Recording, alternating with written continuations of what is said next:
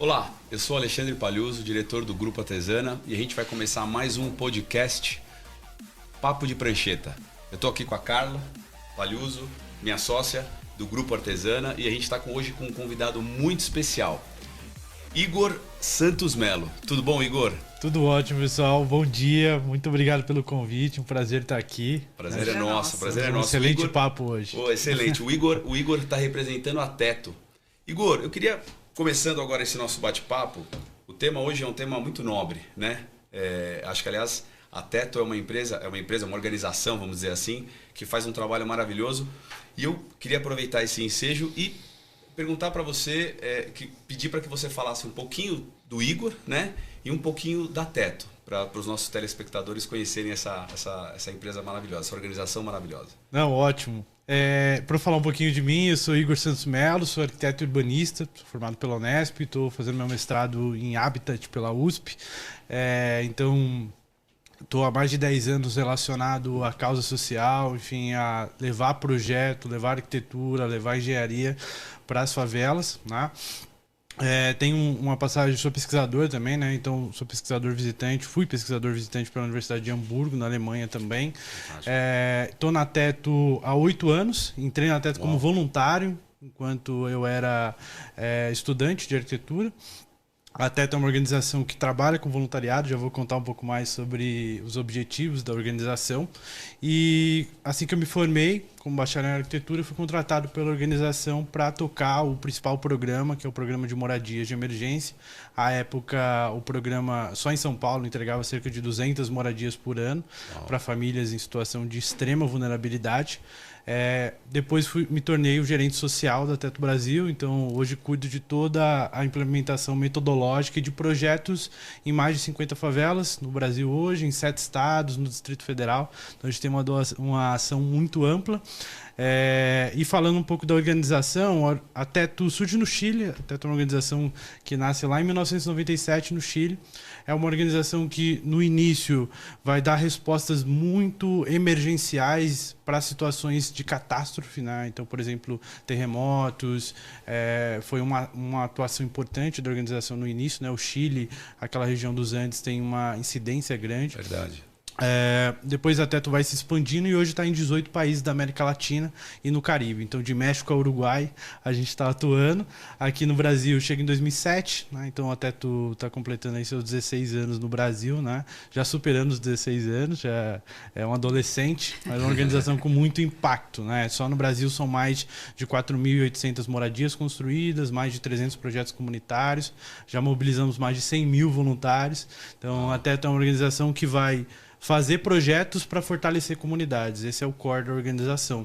Então a gente faz projetos como um mecanismo de fortalecimento comunitário e a gente faz esses projetos unindo a expertise técnica da organização, a sociedade civil, que é o voluntariado, e os saberes comunitários. Então a gente consegue entregar projetos, entregar soluções onde ninguém consegue, né? Então são comunidades muito desamparadas, muito invisibilizadas. Então muitas vezes a Teto é a única organização que trabalha lá, é a única organização com coragem para estar lá e trazer gente de fora para atuar junto com a gente, como foi o caso da Artesana. Então a gente tem no trabalho em rede uma peça fundamental. Então a gente entende que não consegue fazer nada sozinho. A Teto, claro, tem as suas soluções, tem sua metodologia, mas a gente tem aí no mercado muitas iniciativas também na sociedade civil que podem agregar e ajudar a transformar essas comunidades, porque é um problema coletivo, né? E é um problema complexo. Acho que é um pouco isso sobre mim e sobre a organização. Fantástico. Assim, eu acho que assim, esse é um tema extremamente relevante para o momento em que a gente está vivendo e até para que as pessoas possam entender, essa conexão nossa, ela surgiu de um projeto específico, né, que eu queria até trazer esse tema aqui para a gente debater um pouquinho e discutir. Surgiu de uma ação que vocês fizeram na Fazendinha, aqui em Osasco, a favela lá em Osasco. Exatamente. E eu estava lendo na estrutura de vocês, no portfólio de vocês, que vocês fazem as casas emergenciais, né? As sedes comunitárias, banheiros biodigestíveis, né? Uma coisa assim. Digestores, perdão. Aqueles centros de captação de água de chuva. Sim, né? sim. Nesse caso, lá na Fazendinha, foi uma sede comunitária, certo? Exato. E como que surgiu essa ideia? Fala um pouquinho pra gente, Igor. E como que foi a conexão com a Artesani? Em que momento a gente fez essa conexão? Só para também contribuir um pouquinho para os nossos ouvintes e telespectadores, a Teto, ela faz... Eu estava pesquisando e você vai me corrigindo aí se eu estiver errado, né? Vocês fazem um primeiro diagnóstico, aí vocês montam uma mesa de trabalho onde vocês geram uma discussão com as partes envolvidas, né? E aí depois você vai para a atividade em si, monta um plano de ação e aí vai para a execução do projeto. Mais ou menos isso, né, isso, Igor? Não, foi preciso. Para falar um pouco, assim, complementar o que você disse sobre a metodologia da Teto. Então, a Teto tem uma metodologia que está evoluindo ao longo dos anos, né? Uma metodologia que é calcada tanto na experiência prática em trabalhar com esses territórios, como na experiência acadêmica, né? Então, a Teto tem um esforço grande nas duas frentes, né? A teórica e a prática. Enfim, a gente aprende fazendo. Então isso é muito importante. Então a metodologia, a gente começa com os diagnósticos, de fato. A gente tem uma metodologia avançada de diagnósticos, onde a gente vai identificar na cidade porções do território que são muito vulneráveis, onde a gente vai visitar e vai iniciar um trabalho com essas comunidades, se for de interesse da comunidade, claro. Depois disso a gente estabelece a mesa de trabalho. A mesa de trabalho é uma conjunção, uma equipe multidisciplinar de moradores, de voluntários, de técnicos, enfim, todo mundo que pode pensar em conjunto aquela comunidade, né? Então, até tu não chega com soluções prontas, né? A gente tenta construir o máximo possível com esses territórios. Depois, como você bem disse, a ação, que é essa ação que vai catalisar o desenvolvimento, que para a gente é o que a gente entende como capital social comunitário, que é, a partir do projeto, fortalecer a identidade, organização, participação e o trabalho em rede, né? Então, essas grandes dimensões vão fortalecer coisas muito importantes para o fortalecimento daquela comunidade, para que ela possa caminhar sozinha, que ela possa fazer seus próprios projetos. Então, na Fazendinha, a gente já trabalhava há um tempo. Na Fazendinha, a gente já tinha um diagnóstico que a gente chama de ECO, que é um diagnóstico unifamiliar, é como se fosse um censo que a gente faz dentro da comunidade. A gente entende as grandes demandas do território. A gente já tinha realizado um projeto de uma ponte, a gente já tinha feito uma ponte comunitária em alvenaria.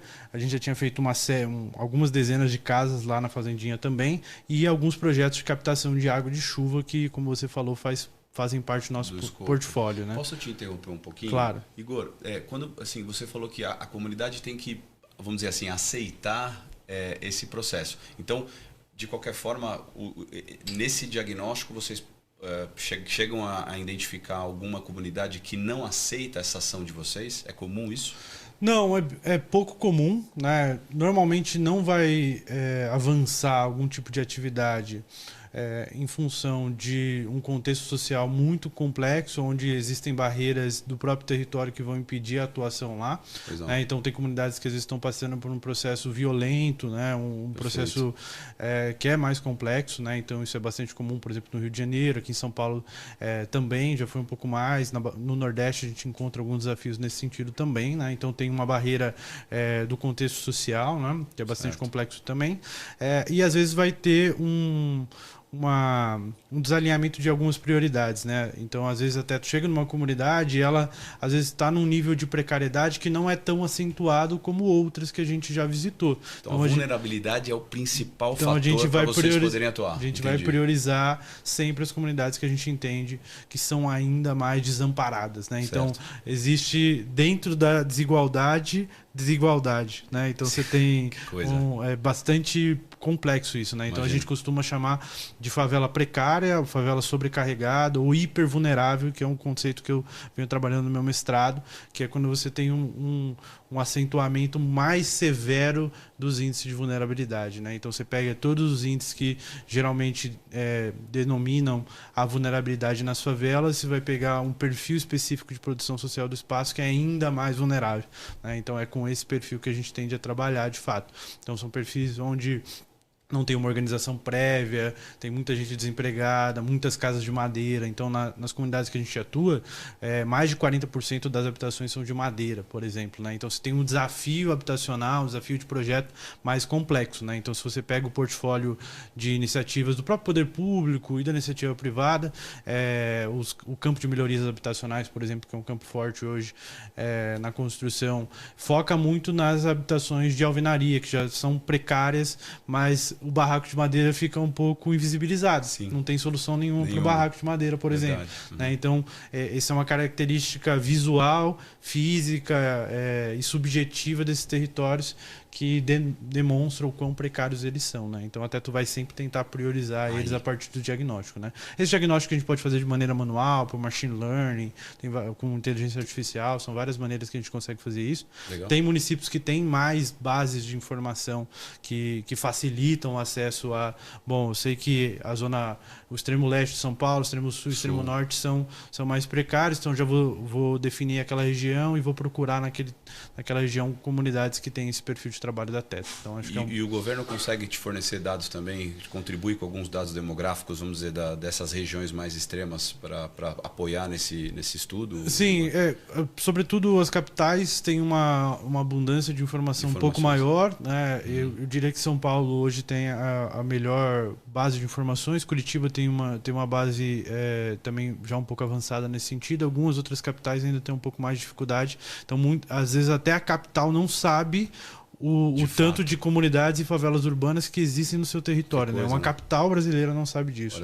Né? E se você pega os dados do IBGE e você for cruzar as favelas e as comunidades urbanas em capitais como Belém, por exemplo, você vai ter assim, 50%, 60% da cidade tá num perfil de informalidade, né? Então, isso não está refletido, às vezes, nos dados da maneira que deveria ser, né? Então, São Paulo você tem um avanço nisso, você tem o GeoSampa, você tem bases de dados abertas que facilitam isso, mas os dados, em geral, do Estado têm algum nível de desatualização. Né? Então, você vai pegar um dado e olhar para 2 anos, 1 ano atrás. Né? Então, até tu consegue hoje ter dados mais precisos, às vezes, de alguns territórios. Né? E os dados que a gente vai levantar a nível público, às vezes, é um setor censitário. Né? Então, ele não pega exatamente aquele território. Ele pega um setor e vai, dentro daquele setor, fazer as definições e os parâmetros para entender as características daquela área, mas não necessariamente o perfil daquele território. E até tu faz todo esse levantamento de dados, né? Tem essa atuação orientada a dados para tentar dar um pouco mais de precisão às atuações. Sem dúvida. Assim como o cirurgião precisa de precisão na medicina, a gente precisa de precisão nas atuações de construção civil, de urbanismo, etc. Né? Então, isso é fundamental e fazendo a ponte direto para a Fazendinha de novo. Claro. A Fazendinha passou por todo esse processo. Né, de diagnóstico, identificação, de contato com as lideranças comunitárias. Eu ia te perguntar isso. Como é que é esse primeiro contato? É através das lideranças comunitárias? Isso. As lideranças comunitárias sempre tem uma referência nesses territórios. Né? Alguém que às vezes é super proativa, né? Uma pessoa que chama a responsabilidade para si. Tem pessoas que às vezes são de uma associação de moradores, que tem um papel mais institucional de liderança comunitária. E, enfim, tem vários grupos que em alguma medida dialogam, disputam poder nas comunidades, assim como a gente tem na cidade, etc. Perfeito. Então até tu chega, procura essa pessoa ou um morador mais antigo, é uma coisa que a gente fala também. Então, poxa, a gente é uma organização social, queria falar com um morador mais antigo ou com uma liderança comunitária para explicar nosso trabalho e ver se a gente tem uma sinergia de atuação. Então, assim começa, a gente tem um diagnóstico que a gente aplica com essa liderança comunitária, que é uma ficha que a gente chama de ficha de visita, ficha de assentamento, que é baseada nas principais referências que a gente tem a nível latino-americano de como fazer esse diagnóstico com os territórios. Então, até tu aplica essa ficha, tem um levantamento quantitativo de dados, então a gente sabe, por exemplo, se é uma comunidade que a gente nunca atuou, a gente vai fazer perguntas, por exemplo, qual que é a distância da escola mais próxima, qual que é a distância do posto de saúde mais próximo. Aqui tem intervenção policial? Não tem. Aqui tem alguma outra ONG que atua aqui? Não tem. Quais são os índices de infraestrutura que tem aqui? Tem pavimentação? Não tem. qual que é o tamanho da viela, qual que é o perfil das casas, como que é o acesso à água, energia elétrica, esgoto. Então a gente vai fazer esse diagnóstico quantitativo também. Tem a parte qualitativa, que é com a liderança mesmo, a gente anda pelo território e vai ter uma percepção mais apurada, mas tem a parte quantitativa que sempre vai nos auxiliar. Inclusive esses dados hoje estão numa plataforma aberta da Teto, que é o Mapa de Direitos. Na minha opinião, talvez seja a maior plataforma hoje que reúne dados sobre favelas de diferentes estados do Brasil, né? Então, hoje na nossa plataforma a gente tem mais de 5.000 formulários que estão lá e a gente consegue ver os índices de vulnerabilidade, o perfil de vulnerabilidade. Então, a gente tem quando essas favelas surgiram, né? Então, você vai ver, poxa, por que nesse ano teve um grande surgimento, talvez, dessas favelas? Elas estão crescendo ou não? Né? Então, a gente capta todos esses elementos que vão ajudar no desenho do trabalho que a gente vai ter lá e vão auxiliar outras organizações, o próprio poder público, a ter dados precisos para atuar naquela região. Né? Então, e para a própria comunidade. Às vezes a própria comunidade não tem esses dados. Né? Então, uma vez a gente fez um diagnóstico comunitário, que é esse censo, a ECO, que eu comentei, que é Escutando Comunidades, por isso que é ECO, onde a gente identificou que mais de 50% da comunidade era composta de crianças e jovens, né, de pessoas entre 0 e 15 anos, se eu não estou enganado. Então, por mais que a comunidade tenha uma percepção, nossa, tem muita criança na rua, tem muito jovem, você não tem um número assim para... Dado preciso. Exato, então, poxa, tem mais de 50%. Caramba. Quando a comunidade viu esse número, a comunidade autopriorizou isso, né? Não, então... O que a gente tem que pensar agora, eles, né? A gente precisa fazer algo relacionado a isso. Porque aí isso já vai conectar com outras coisas, né? Como estão essas mães? Né? Pô, são todas mães solos. A relação de dependência, ou seja, você tem uma minoria de pessoas em idade ativa de trabalho para sustentar uma grande porção de pessoas que ainda estão na escola, etc. Então, o dispêndio de renda vai ser diferente de outras regiões da cidade. Né? Então, você vai fazendo relações mais complexas a partir de um número que é uma pirâmide etária daquela comunidade que muitas vezes eles nunca acessaram. Né? Você vai fazer um mapa daquele território. Então, com o mapa, a comunidade se vê como cidade também, né? Muitas vezes você nunca se viu no mapa, né? Então, ela poder pegar e falar, minha casa é nesse ponto do mapa, eu faço essa rota para chegar na minha casa, é interessante também. São exercícios de construção de cidadania, de pertencimento que são importantes. Então, aí com essa enquete, com a anuência da comunidade, da liderança comunitária, a gente começa a fazer projetos, né? Projetos às vezes mais ágeis, porque resultados tangíveis o quanto antes, com qualidade, claro, são muito importantes para a comunidade ver que a ação vai acontecer, que a Teto é uma organização séria que entrega os resultados. Né? Então, são comunidades muitas vezes muito acostumadas com promessas, né? Com, enfim, grupos que às vezes têm muita boa intenção, mas é tão complexo de trabalhar que os projetos não andam. Né? Estão estruturados para isso. Exatamente. Né? Não estão estruturados para atender uma demanda tão complexa, assim. Então não é nem má fé às vezes, né? Às vezes, tipo, começa um projeto e para. Então existe já uma certa atmosfera de descrença às vezes. Então a Teto tem na metodologia isso de entregar rápido alguns projetos e também entregar em mutirão. Então entregar vários ao mesmo tempo, mobilizar várias partes da comunidade. Então, depois de um tempo, você tá com a camiseta da Teto no território, todo mundo sabe quem você é, você sabe como andar, você tem uma legitimidade naquele território muito maior, e aí você consegue avançar e fazer projetos mais complexos. A gente não fez a sede na Fazendinha à toa, a gente fez a sede na Fazendinha porque era uma comunidade que a gente já tinha um lastro de trabalho amplo. As casas emergenciais. Já tinha as casas, já tinha a ponte, já tinha um projeto de captação de água de chuva, a gente já confiava na liderança, a gente tinha um terreno, a gente sabia o quão seria importante para aquela comunidade a partir dos dados um espaço coletivo, né? Inclusive já tinha um espaço coletivo ali de madeira que era a casa da liderança comunitária, ela cedia aquele espaço para ser a sede, né? Então era um misto ali da privacidade dela com um espaço coletivo. Um projeto que chama Resgatando Vidas, que ela tem, inclusive, que é a Dona Meire. Então, um abraço para a Dona Meire quando ela vê esse podcast. Assim, ela foi fundamental assim, em todo o processo. Chave, né? A Juliana, as filhas dela. enfim, os vizinhos que ajudaram foram fundamentais ali para que esse projeto acontecesse. Igor, você colocou um ponto aqui que eu achei fantástico. Primeiro, né, essa coisa de você ter essa ação conjunta dos moradores, dos voluntários, da sociedade civil, das empresas, né? Então, e outra coisa que você colocou que eu achei muito interessante é o fato de você tangibilizar esses projetos usando a velocidade, né? A agilidade e a rapidez. Exatamente. E aí a gente faz essa conexão com o nosso sistema construtivo.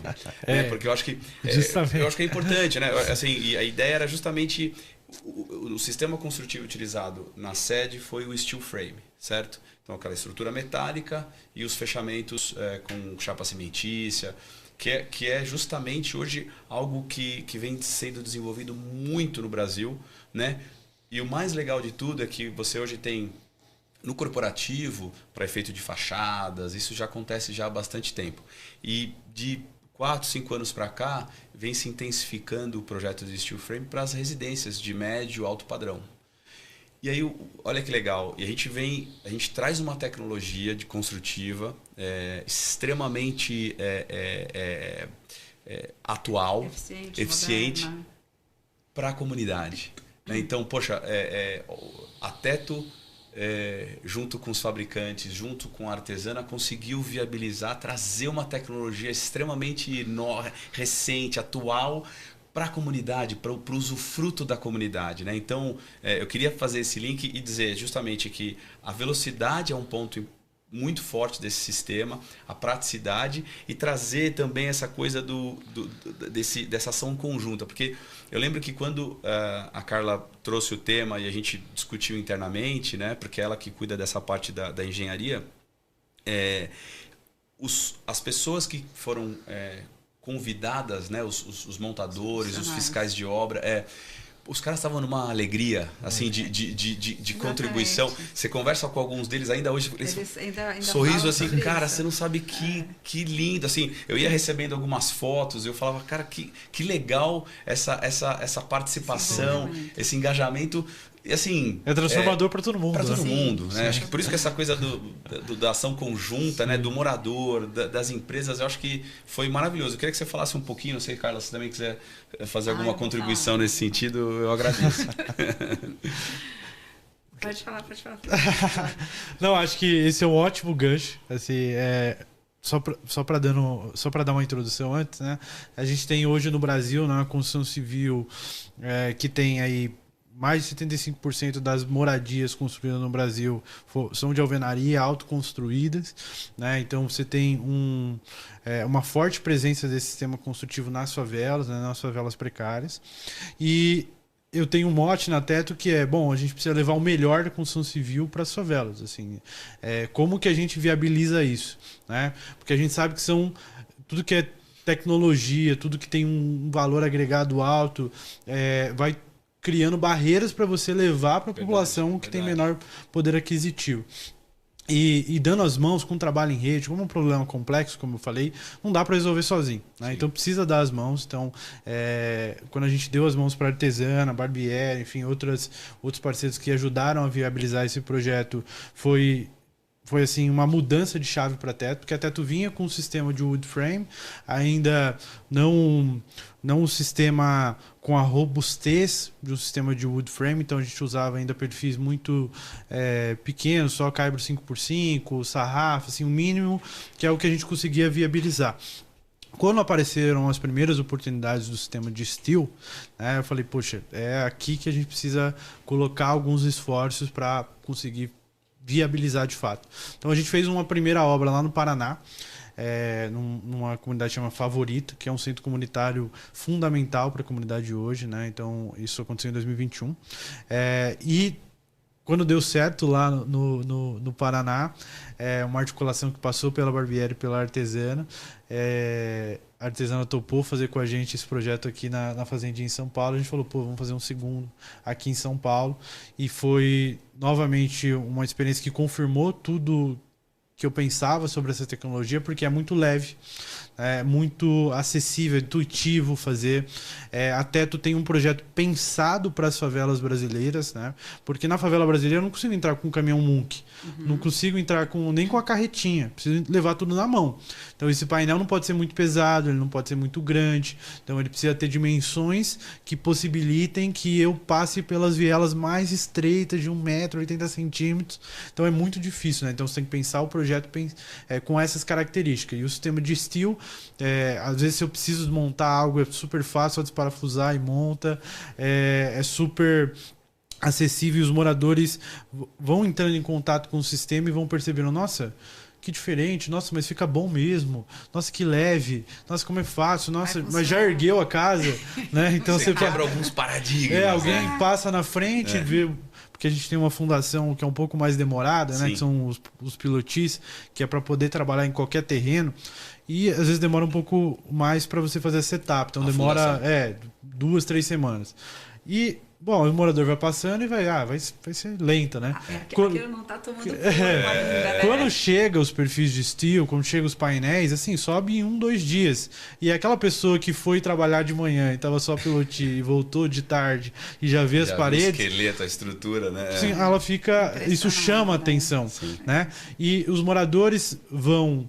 E esse processo de mutirão, de coletividade, as pessoas vão chegando e vão começando a ajudar, né? E perguntava para a equipe técnica, perguntava para todo o pessoal que estava lá como que faz, e vai aprendendo ali. O voluntariado da Teto também. Muita gente pergunta depois, nossa, como que faz? Será que tem um curso? Como que a gente pode se capacitar? Então, vê essa oportunidade, né? Então, tem muita gente que é pedreiro, então no mapa de direitos, inclusive, que eu comentei, lá a gente mapeia as principais profissões, né? E uma das principais profissões, assim, top 3 seguramente, é obra, né? Então, pedreiro, ajudante pedreiro, etc. Então, são pessoas que estão na construção civil e às vezes não têm esse acesso a uma outra tecnologia que pode diferenciá-los, pode fazer com que eles consigam um novo emprego. E quando eles veem aquilo na comunidade, porque é uma coisa que às vezes você vai ver na internet, você vai ver na televisão, e a gente tem ainda um certo elitismo, né, na construção civil, na arquitetura, na engenharia, de construir com alto padrão, com essas tecnologias, e vai chegar na favela anos depois, quando chega, né? E quando eles veem que está acontecendo, né, poxa, vem como uma oportunidade também, como uma oportunidade de carreira, etc.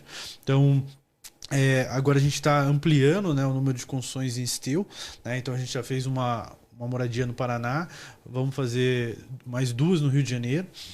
Agora fizemos uma outra aqui em São Paulo. Então, estão crescendo os números de moradias e soluções em steel frame.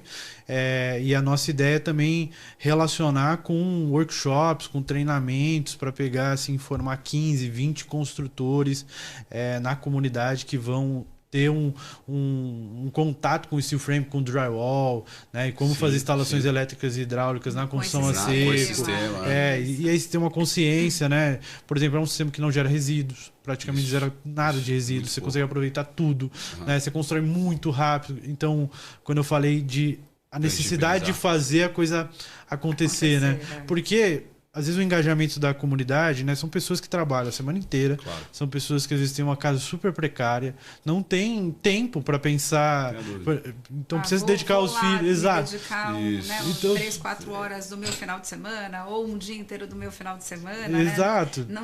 Não está disposto a isso, porque falar é mais do mesmo, e não é mais do mesmo, né? Exatamente, exatamente. Algo diferente. Então você tem essa energia dos moradores, que você precisa canalizar ela rápido. Então você fazer um projeto de alvenaria que vai durar meses, né? Eu não vou ter esse mesmo ritmo de engajamento. Eu preciso de algo que me permita fazer um projeto em dias. Então, o sistema de construção a seco é perfeito para relacionar isso, né? Então, enfim, eu acho que a Teto eu vejo a Teto como uma especialista hoje em construção modular, né? Então, a gente faz com voluntariado. Então, são pessoas que muitas vezes nunca pegaram uma parafusadeira, um martelo, uma trena, 1 por 1, né, um nível. E são pessoas que a gente, com um treinamento rápido, porque o processo é super intuitivo, a gente consegue levantar muitas casas ao mesmo tempo, levantar um centro comunitário. É claro, tendo os técnicos para auxiliar e treinar esse voluntariado vai tornando o processo ainda mais ágil, mas o quanto é um nível de especialização no projeto Sim. que permite a gente trabalhar com qualquer pessoa. Né? E Então, sabe que eu acho que você trouxe um outro ponto também muito legal. Você vai falar, eu prometo. Tudo bem. Não, é que hoje a grande discussão desse setor nosso, que é extremamente nichado, é a carência de mão de obra. Então, a ideia de óbvio, é o que você falou, tem um custo, um valor agregado, que aí, conforme você vai aumentando esse volume de trabalho, você vai melhorando, você vai tornando esse sistema mais acessível. Só que um dos grandes limitadores é a mão de obra, né? Então, você percebe que esse trabalho de vocês pode contribuir também e muito, né? Como você colocou, se o servente, o pedreiro é top 3 nas comunidades, no mapa de direitos que vocês colocaram, imagina a capacidade que a Teto, junto com a indústria, junto com os parceiros, pode fazer no desenvolvimento dessa mão de obra, fomentar esse desenvolvimento de mão de obra. A gente até está desenvolvendo esse ano, dentro do nosso projeto, a gente vai ter um CTA. Até final de abril a gente vai um centro de treinamento. Então, olha que bacana. Essa informação veio agora, eu comecei a viajar um pouquinho nesse sentido, porque esse é o grande gargalo do nosso setor.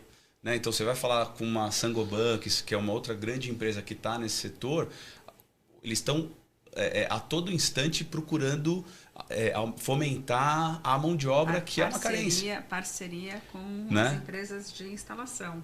Né?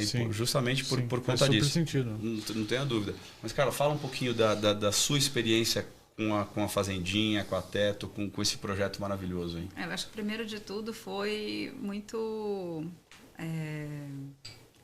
muito prazeroso poder ter a empresa envolvida, mas principalmente as pessoas envolvidas, né? Eu acho que trouxe esse senso mesmo de vamos junto, vamos fazer e vamos ver esse resultado, vamos ver isso acontecer, né?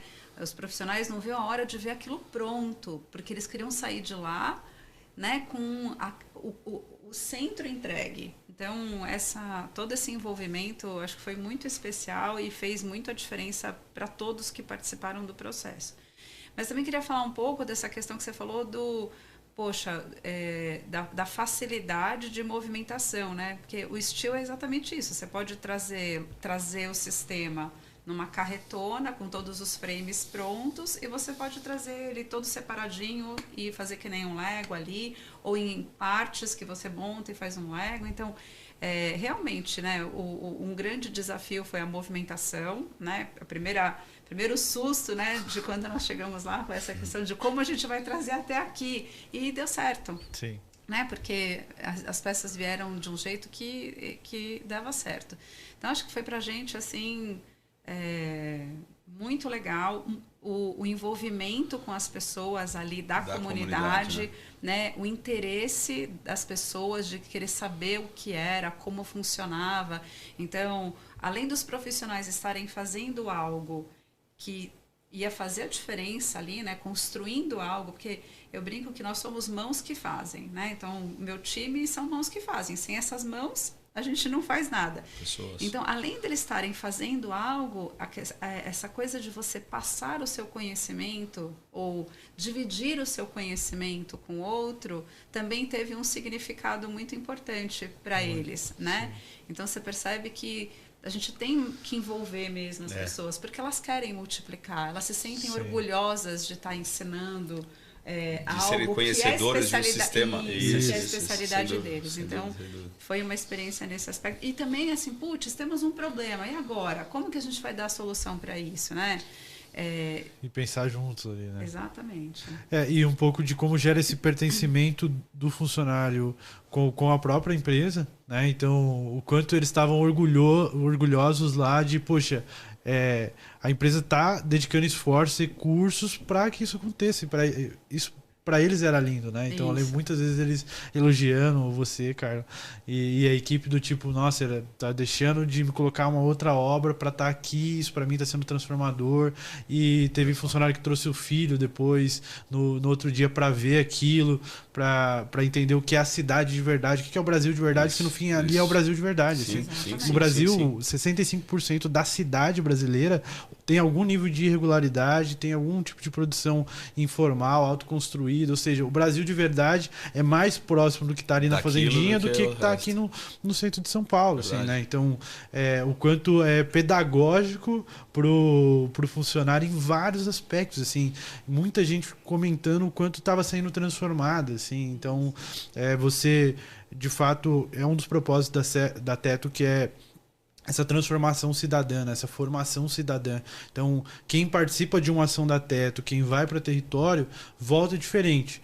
Né? Então, uma pessoa que na sua mesa de jantar, no seu trabalho, na sua universidade, na sua roda com os amigos, vai ter mais condições de falar, pô, quando alguém falar algum estigma sobre uma favela, por exemplo, falar, não é assim que acontece. São pessoas super trabalhadoras, são pessoas que não tiveram oportunidades, têm seus direitos negados e por isso estão nessas condições. Né? Então, como que a gente, ao invés de julgar, consegue dar as mãos e, de fato, ter uma solução transformadora? Então, o quanto transforma mesmo, né? A nossa concepção, faz a gente acessar um mundo que muitas vezes estava só na TV, como um lugar de violência, um lugar, enfim, de dor, e, na verdade, é um lugar de potência, né? O quanto hoje é importante discutir a potência que existe nessas favelas. A gente só conseguiu fazer essa obra porque já existia uma organização comunitária, tinha a Dona Meire e outros moradores super engajados, né? Já tinha tido projetos antes, né? A comunidade já tinha evoluído, então tinha muita potência alojada ali, né? E o centro comunitário fez com que isso apareça e floresça, né? Então hoje no centro comunitário tem aulas, né? Tem encontros, oficina com as mulheres, com as crianças, virou um espaço de contraturno, muitas vezes para as crianças, virou um espaço para apoio de recebimento de doação, por exemplo. Então, algumas semanas após que a gente construiu o centro, teve o desabamento de um muro, de um barranco, por causa das chuvas, né? Então são comunidades que estão nos lugares mais suscetíveis, né? Então quando a gente fala de mudanças climáticas, de risco ambiental, são as comunidades que vão sofrer no primeiro momento, né? Então caiu esse muro, infelizmente 2 jovens faleceram, né? Na mesma casa, num barraco de madeira, e algumas outras famílias ficaram desalojadas e não tinham onde ficar, ficaram no centro comunitário. Receberam doações no centro comunitário, recebemos a Defesa Civil e outras pessoas no centro comunitário, né? Então vira um espaço de articulação, né? Um espaço que a gente pode levar pessoas que querem contribuir com a comunidade, dar outra legitimidade para o espaço, né? Então eu vou levar um secretário, vou levar um parceiro, vou levar lá no centro comunitário, que é um lugar bonito, super bem acabado, né? Então todo o sistema de drywall, piso laminado, janelas de alta qualidade. Então você tem um outro ambiente dentro daquela comunidade que demonstra a potência que tem ali, né? Então, como esse centro vai apoiar em várias esferas, né? Várias esferas, né? Importantes no apoio emergencial, no apoio às crianças, no apoio às mulheres, né? Às vezes é um centro que vai acolher algumas questões que aparecem dentro da própria comunidade, né? Então, se uma mulher sofre violência, né? Ela pode recorrer ao centro comunitário, que é um espaço coletivo, que vai ter alguém lá que vai ter um pouco mais de sensibilidade, que vai conectar ela com o CRAS, que vai conectar ela com uma delegacia, enfim. Então, só um exemplo que é muito recorrente, né?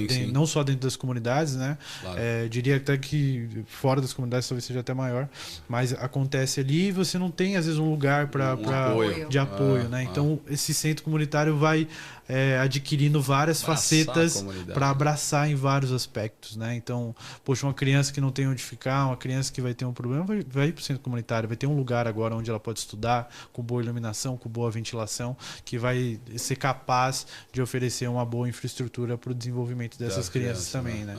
Então, você vê com a potência que é um ganho por anos, né? Então, um ganho, enfim, também um pouco do sistema vai dar essa qualidade, enfim, permanente, né? Então, esse centro vai durar a vida inteira. E normalmente o centro, quando vocês iniciam um trabalho numa comunidade, o centro ele vem depois da construção de algumas casas, ou vocês poderiam começar direto por meio de um centro de comunitário? Também... Tem alguma regra específica para Não, isso? não. Mais uma curiosidade minha aqui. Não, pra gente, a gente costuma entender o modelo, né? É uma coisa que eu sempre falo, que é uma caixa de ferramentas. Tá. Né? Então, apesar de ter uma metodologia que tem um passo a passo, né? Ele não é uma receita que você vai aplicar, né? Então, em vários momentos, a gente vai adaptando a atuação. Então, o centro também eu consigo construir rápido, também consigo fazer uma mobilização ampla com a comunidade, e muitas vezes é a demanda prioritária. Né? Então, nos diagnósticos que a gente faz previamente com a comunidade, a gente vai também ter uma hierarquização de questões fundamentais. Né? Então, por exemplo, dessa comunidade que tinha mais de 50% de jovens e adultos, a demanda foi o centro. Foi o centro, entendi. Então, a gente fez o centro primeiro. Né? Então, também vai depender um pouco da disponibilidade de recursos, né? Das articulações que a gente consegue fazer naquele momento. Né? São obras que também têm um outro valor. Né? Então, a gente precisa muito de parceiros, né? É muito importante para a Teto contar com doações de pessoas físicas, pessoas jurídicas, que seja com tecnologia, com mão de obra, com material, com recursos, possibilitam que a gente realize esses trabalhos. Né? Então, como eu falei, né, muitas organizações têm mais recursos que a Teto, mas poucas têm a coragem que a Teto tem de atuar nesse tipo de realidade e fazer projetos super complexos. Né? E aí, só um adendo rápido também sobre o sistema. Muitas vezes, para o morador, a alvenaria de fato é mais barata. Porém, o processo de autoconstrução de uma moradia às vezes demora anos. Né? E nesse processo de demorar anos, você tem várias coisas, né? Acúmulo de inflação, você tem as oscilações da vida que vão fazer com que você tenha menos ou mais recursos. Então, às vezes, no fim da obra, saiu mais caro. Né? Então, se a gente consegue formar um ecossistema que possibilite que esse sistema chegue nas comunidades, né? É uma resposta para os próprios moradores, muitas vezes que pode ser mais rápida para os seus próprios problemas, né? Então eu já vi vários moradores que quando viu a gente construindo, tipo, não, eu quero fazer minha casa assim, né? E aí ele já sabe o que ele tem que comprar, onde vende, né? Que material que usa, como que faz as conexões, como que você dá segurança para essa obra, né? Então, por isso que é fundamental assim, a difusão do sistema dentro das comunidades, né? Então, se você pega a classe C, é a classe mais consome, né? As classes baixas consomem muito no Brasil também, né? Com menos poder aquisitivo, né? Então, como que a gente difunde essas tecnologias dentro dos territórios, né? Então, às vezes, moradores não conheciam a placa cimentícia, sabe? Que já é algo mais difundido, que pode ser utilizado de diferentes maneiras. O próprio drywall, assim, né? Como o drywall pode ser usado para diferentes aplicações, né? Então, pequenas reformas. Então, vai abrindo um horizonte onde porque o que acontece na favela?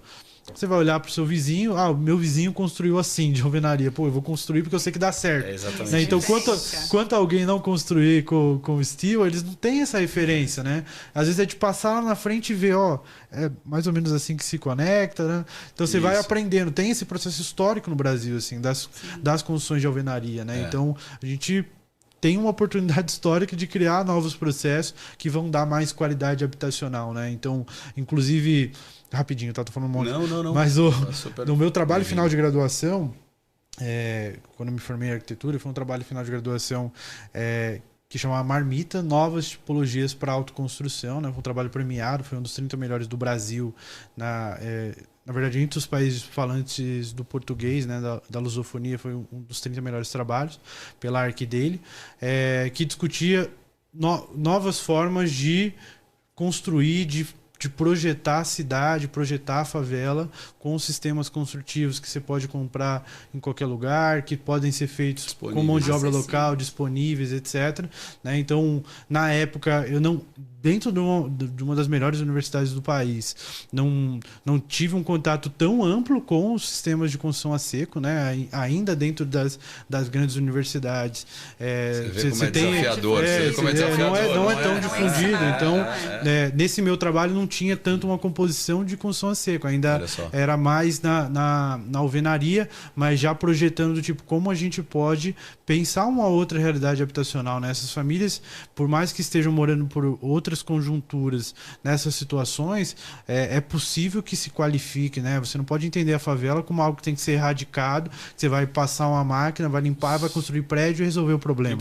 Não é assim que se resolve o problema, né? Então, exato, é qualificando aquela pela população, é levando tecnologia, levando recurso, urbanizando, regularizando de maneira fundiária aqueles territórios, né? Então é como associar diferentes tecnologias, e eu acho que a construção a seco tem um papel importante, né? Nesse quebra-cabeça de como resolver os problemas habitacionais do país. Mas eu acho que é o caminho. Assim, você está trazendo um ponto, por exemplo, né? E essa é uma discussão nossa junto com a indústria. Assim, poxa, como que a gente pode trazer isso para um currículo das universidades, né? De arquitetura e engenharia, que grandes universidades não passam por esse tema que, poxa vida, né? Você vai para regiões como Europa, Estados Unidos, é centenário esse sistema construtivo, né? Uhum. E a gente ainda...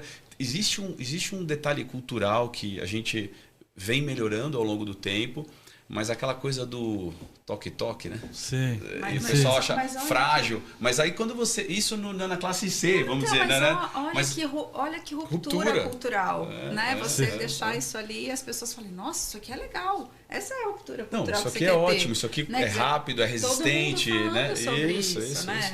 Enxergando os benefícios, né? E vai mudando essa concepção, né? Porque aí não tinha referência, né? Claro. Porque é desconhecimento. Quando você não tem contato, o drywall é aquela parede de escritório. É muito fraco. Se a gente chutar, ele cai. Não cai se você chutar. Eu costumo dizer o seguinte, né? Eu tinha um amigo que ele falava, mas muito isso aqui, se eu der um chute, eu falava, cara, se você der um chute, você tem que fazer uma terapia. Não, você precisa trabalhar isso aí, porque pra que você vai chutar a parede, né? Exatamente. Quebrar um pouco. As pessoas têm essa falsa ideia da resistência e é extremamente resistente, né? Tanto que você com tem certeza, construções enormes aí. E você tem um refino de cálculos, tem todo um refino para garantir a durabilidade dessa construção. E ela facilita essa adaptação para esses diferentes cenários, assim, né? Então... Sabe o que eu queria te perguntar? Como que foi a sua percepção dessa evolução, né? Da primeira experiência com o sistema, da segunda, da terceira, porque para mim já é encantador que você está indo para a quinta, sexta, sétima, oitava, né? Então, como que foi isso, né? Então, primeiro era uma coisa meio desconhecida, nossa, será que isso vai funcionar mesmo? E o que deu muito certo e o que vocês precisaram melhorar nas próximas experiências? Não, ótimo. Como eu falei, a gente começou no Paraná, né? A gente tinha a Teto Argentina. A Teto Argentina teve uma experiência também com o Barbieri lá na Argentina. E a gente articulou essa mesma parceria aqui no Brasil, então a gente via por fotos que dava certo, né? Então isso já dava uma tranquilidade, né? Enfim, eu com o arquiteto, com a equipe técnica, sabia que era um sistema confiável, obviamente, e falou, não, vamos tentar. Então, foi a primeira vez levando esse sistema para as comunidades, né? Então tinha uma certa apreensão de como a comunidade ia receber, como que ia ser entendido aquilo. E no fim foi ótimo, foi excelente. Tudo isso que eu comentei de curiosidade, de interesse, aconteceu lá também. O sistema foi super rápido. Acho que para a primeira experiência a gente não tinha panelizado tudo, né? Uma coisa que a Teto sempre faz, que é panelizar todos os elementos. Então, do piso ao telhado é fazer painel, que é mais fácil é mais intuitivo. Então, se você não tiver uma pessoa super especialista lá, você consegue montar com base num manual, né? Então, nessa primeira experiência, muitas coisas ainda foram feitas em campo, né? No canteiro. Foi uma questão. A gente investiu muito nos acabamentos, sobretudo de fachada, né? Então tratamento de juntas, etc., que levou um pouco mais de tempo para ser executado.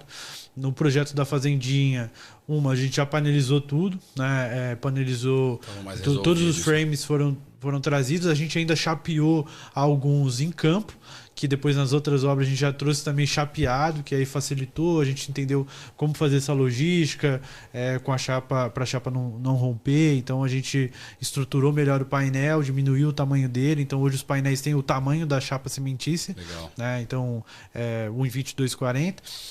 Então isso facilita. Então lá na primeira os frames não estavam todos prontos, não estava chapeado, a gente investiu muito nos acabamentos, né? Não deixou junta aparente, por exemplo, coisa que depois a gente entendeu que não era um problema, né? Na verdade fica também interessante e a gente, claro, consegue tratar essa junta sem precisar depois fazer um acabamento super robusto, porque esse acabamento super robusto eu preciso de uma mão de obra muito especializada, sim, né? Sim. Então eu não consigo voluntarizar, demanda muito tempo tempo, às vezes, de algum parceiro, a comunidade não consegue muitas vezes executar, então a gente foi entendendo alguns limites e possibilidades a partir daquele primeiro projeto, né? Então, aquele primeiro projeto também foi num terreno super complexo, então trouxe dificuldades a mais também nesse sentido. Só que, enfim, estando em campo, observando esses detalhes, a gente tem uma equipe que também vai fazer todo esse registro e a gente vai depois entender em projeto como fazer essas adaptações, como entender os limites logísticos também de alguns materiais. Então, foi essa experiência de vanguarda, né, de abre alas, que sempre é muito importante para a melhoria contínua, né? Nenhum projeto nasce perfeito, né? Então, a gente também tem muito isso, a gente precisa fazer, né? É claro, eu vou fazer todo o aparato para garantir que essa construção saia com qualidade, pra etc. mitigar os riscos, mas você vai aprender muito na execução, no processo, né? No processo. Eu não posso ficar 2 anos no projeto, claro, né? Eu preciso, às vezes, 6 meses no projeto para fazer uma entrega tangível, entender o sistema, saber que vai ficar bom, e depois eu vou retroalimentando para que o próximo... Lá na frente eu consigo fazer em 2, 3 dias, né? Mas o primeiro eu vou levar 15, 20 dias, assim, é normal, assim, a gente está aprendendo, a equipe está aprendendo, né? Então esse projeto foi chave, né?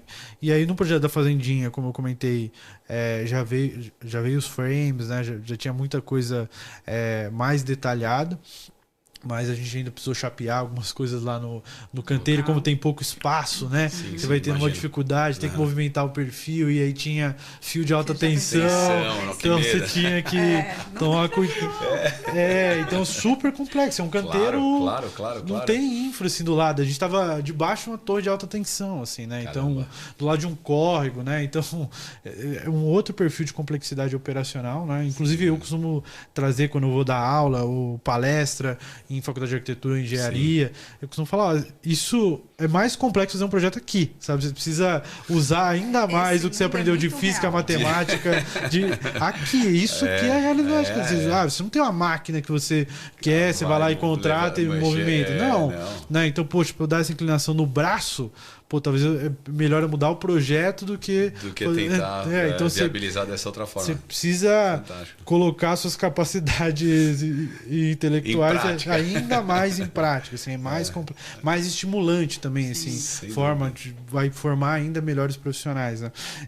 Então, no projeto da Fazendinha já teve todos esses avanços, né? Já estava super mais panelizado, tanto que foi bem mais rápido de executar, né? A gente entendeu uma outra maneira de fazer os acabamentos externos, que ficou de ótima qualidade, muito eficiente, né? E nos economizou muito tempo.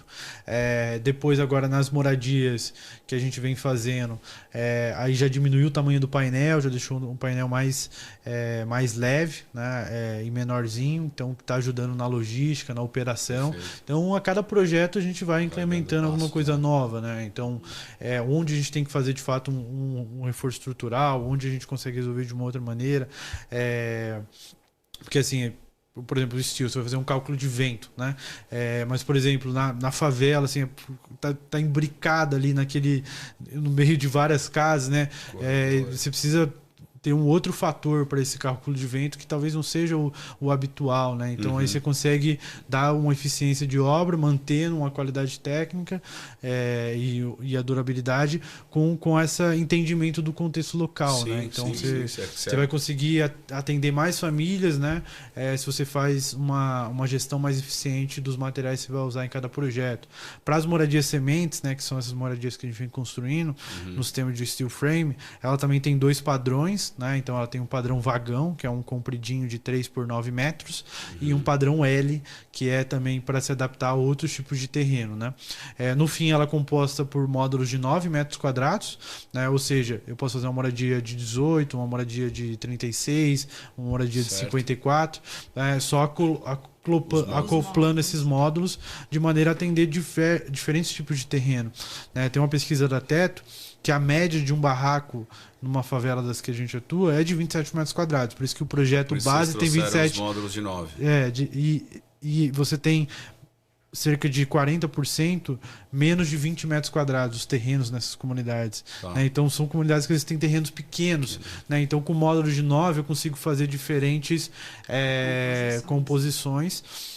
Esse módulo vai ter um módulo molhado, que é o módulo de banheiro, e aí módulo sala, cozinha, quarto, né? Então, a moradia de 27 tem sala, cozinha, quarto e banheiro, né? Com todos os acabamentos, com drywall, com elétrica, com hidráulica. E mesmo com um solo acidentado, como é que você consegue dar uma solução para utilizar esses módulos, mesmo com um solo acidentado? Sim, porque, por exemplo, as famílias mais vulneráveis estão também nos piores terrenos. Isso. O que torna a coisa mais complexa, né? Então estão em AT ou em aclive, em declive, com cortes no terreno, enfim, é bastante complexo. A gente usa um sistema de pilotis, né? Então a gente consegue com o piloti dar o nível. É claro, aí a gente vai ter algumas normativas, qual que é o desnível máximo, quais são os recuos em determinados contextos físicos do terreno, né? Pô, barranco, fossa, o quanto a gente tem, enfim, tem todos os parâmetros construtivos da Teto, né? Os métodos construtivos que a gente adota. E com o piloti a gente consegue fazer em qualquer situação, consigo cavar qualquer tipo de terreno, né? Então são terrenos com aterro, com lixo, enfim, com mangue, terrenos molhados, né? Isso. Então aí a gente vai aumentar ou diminuir a quantidade de pilotis, aumentar ou diminuir a profundidade, o agregado que a gente vai utilizar, enfim, então vários elementos que vão compor essa fundação, e aí a partir dali você sobe. Você faz o que você quiser. Exatamente. Então e é sempre padronizado nesses módulos de 9. Normalmente as casas vão ter aí 27 metros quadrados, mas podem adquirir outras composições, porque o painel é o mesmo, então aí você vai jogando ali. Você vai brincando com as possibilidades.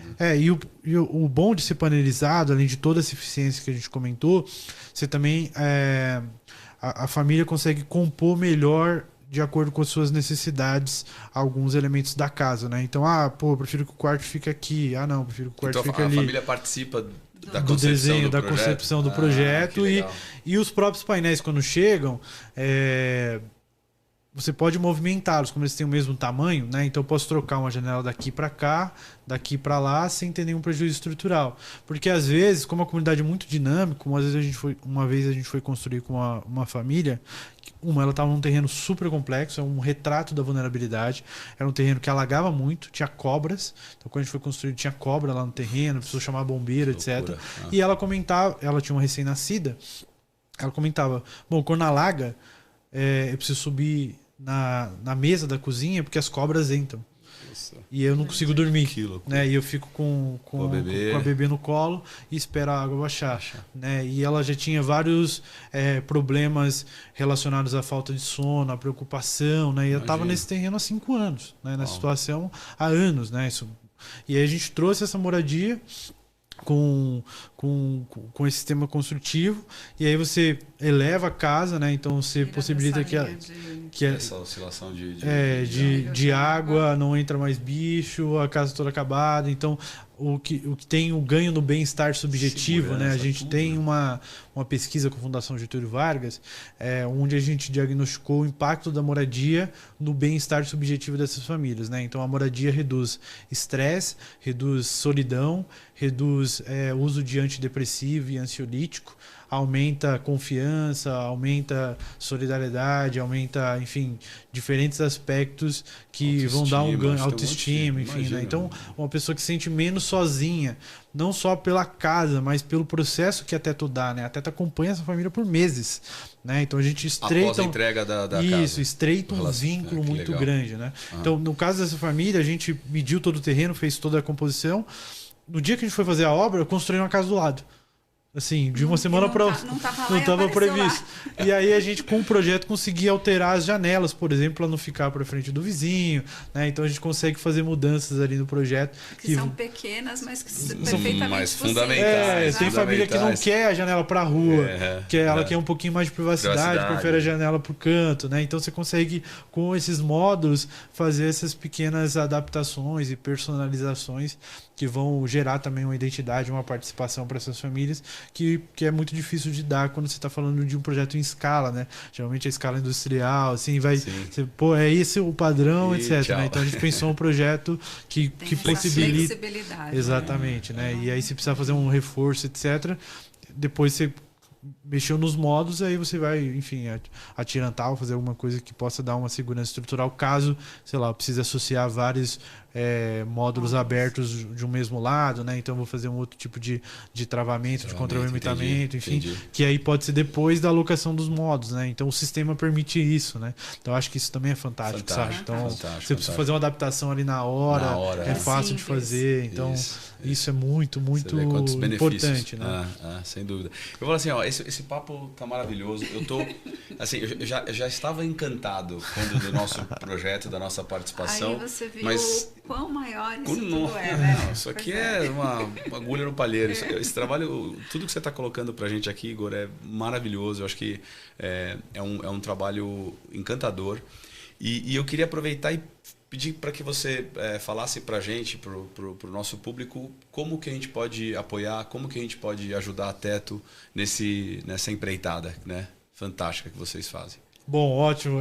Acho que isso é uma oportunidade importante também, assim, para a gente dialogar, sobretudo com a construção civil, né? A gente já tem, como vocês, como outras empresas do setor, que nos ajudam muito, né? Nesse projeto específico da Fazendinha, a Barbieri foi fundamental, né? A gente fez também outro projeto com a Saint-Gobain recentemente, então a gente vem escalando aí o projeto com a própria Barbieri em outros estados, então só com parceiros e parceiras que a gente consegue dar esse próximo nível. A Artesana foi fundamental, assim, então aproveitar também para agradecer novamente Carla e Alexandre pelo, assim, toda a equipe, né? Então o Léo, todos os meninos que ajudaram na construção foram, assim, fundamentais. É só assim que a gente consegue né? A Teto para de pé financeiramente com o apoio de empresas e pessoas físicas, né? Então, se você quiser ser um amigo ou amiga da Teto, você pode ser, como pessoa física, doando um valor mensal, doando um valor pontual, que é muito importante para manter a organização. E você, como empresa, com a sua tecnologia, com seus recursos, pode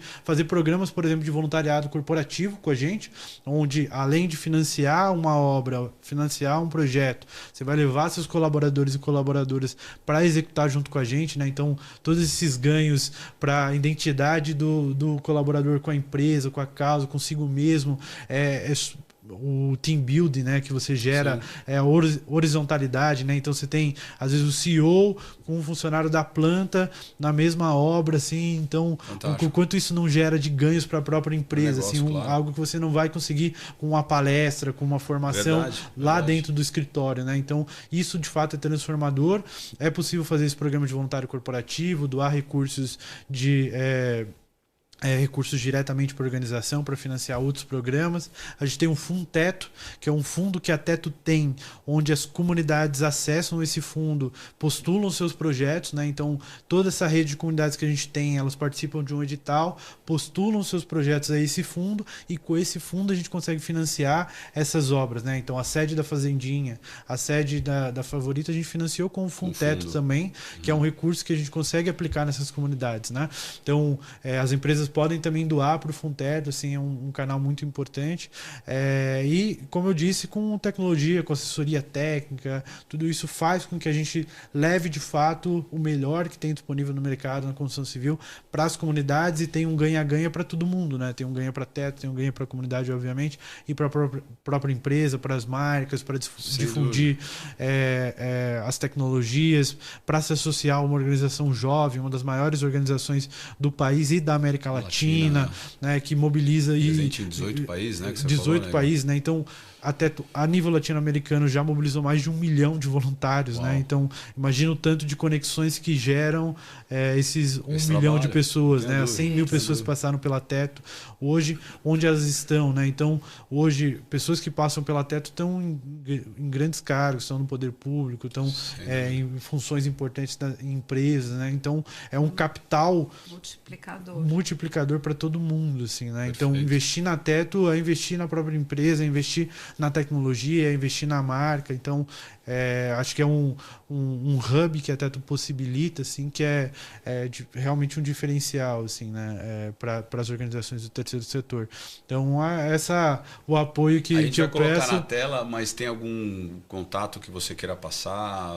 Instagram, alguma informação? Sim, eu acho que as redes sociais hoje são um ativo importante, né? Então, teto.br no Instagram, Teto Brasil no LinkedIn, por exemplo, que também é uma rede importante para criar esse capital, esse network. Bom, tem o meu contato, então fico à disposição pelo meu LinkedIn, né? Igor Santos Melo, vocês podem me encontrar. Meu e-mail, igor.melo@teto.org.br também. São maneiras de a gente ter um contato e ter essa conexão, e aí eu posso conectar com nossas áreas de recursos, de fundraising, que vão, enfim, dar os caminhos e esse portfólio de produtos que a Teto tem hoje e que as empresas podem acessar, né? Então, como eu falei, tem várias formas de contribuir, né? Com voluntário corporativo, com marketing relacionado à causa, com aportes diretos ao fundo, né? Então, hoje tem construtoras que trabalham com a gente, que fazem voluntário corporativo, né? Então, como levar boa parte do seu corpo contratado para uma obra de verdade, para uma favela de verdade e conhecer esses territórios junto com os moradores, né? Então, até não faz para as comunidades, né? Faz junto com as comunidades, né? Então, esse é o nosso princípio, e quanto mais mãos e cabeças a gente puder ter articulada nesse movimento, eu acho que é fantástico. Enriquecedor, sem dúvida. Gente, eu tô extremamente feliz, foi um programa maravilhoso. Igor, muito obrigado pelo seu tempo, né? E por toda essa informação maravilhosa que você trouxe aqui. Pelo trabalho, né? Maravilhoso. Pelo trabalho que vocês estão desenvolvendo, que tem que ser um exemplo. Né? De tem fato, que ser um exemplo para a nossa sociedade. Isso é muito importante. Sem dúvida. Carla, obrigado também pelo seu participação. Super ouvinte. Imagina. É uma delícia, né? Acho que a gente vai ter que fazer mais com o Igor aqui. Igor, a gente vai ter que... Vamos fazer mais uma obra juntos e aí a gente volta aqui para falar dela. Acho que a gente tem potencial para fazer muito mais, tá? Muito mais. Então já deixa o convite. Conta com a gente. Tenha dúvida. E bom, agradecer novamente, tá? Muito obrigado. Pra gente é sempre um prazer. Pra mim, pessoalmente, também é um prazer, né? Eu venho dedicando a minha vida a pensar e atuar por essas causas, né? Então, sempre falo, dedico a minha cabeça e as minhas mãos para isso, né? E sempre falo que diante de todos os problemas do mundo, a gente não tem a solução para todos os problemas do mundo nas nossas mãos, mas diante de todos os problemas do mundo, a gente tem as nossas mãos. Tem as nossas né? mãos. Então, como que a gente pode dedicar a isso, né? E a nossa cabeça, nossos esforços, é um problema coletivo. E problemas coletivos precisam de soluções coletivas e articuladas, e a gente está disposto a ser uma liderança nesse sentido.